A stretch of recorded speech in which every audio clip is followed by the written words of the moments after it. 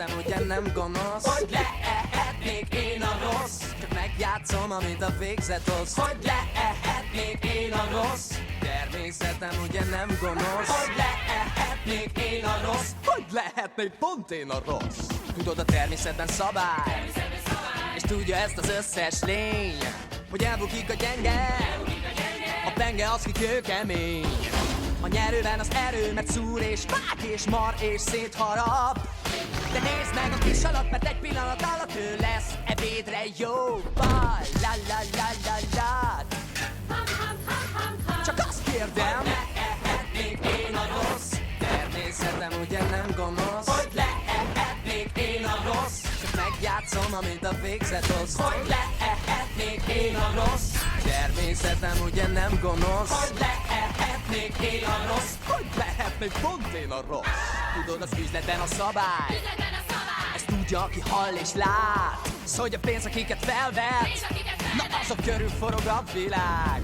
Így hát növítem a cégemet, és növítem a gyáramat, és növítem a cégtáblát.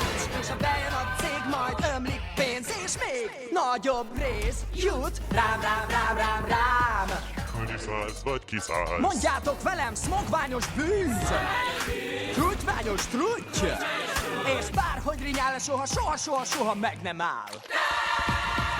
Ugyan, hogy lehetnék pont én a rossz? Hogy lehetnék én a rossz? Az extra profit így lesz nagy vagyon. Hogy lehetnék én a rossz? És ezt a profit csípem nagy-nagyon. Hogy lehetnék én a rossz? És mindig jut adomány, ez válom Hogy hagyomány. lehetnék én a rossz? Hogy lehetnék pont én a rossz? Te jössz? Hát vegyetek, amíg bírtok. Így nő a vagyon, a birtok. Jó a reklámom, attól tartok. Ravasz ügyvédeket tartok. Na és ha néhány vád kiírtok,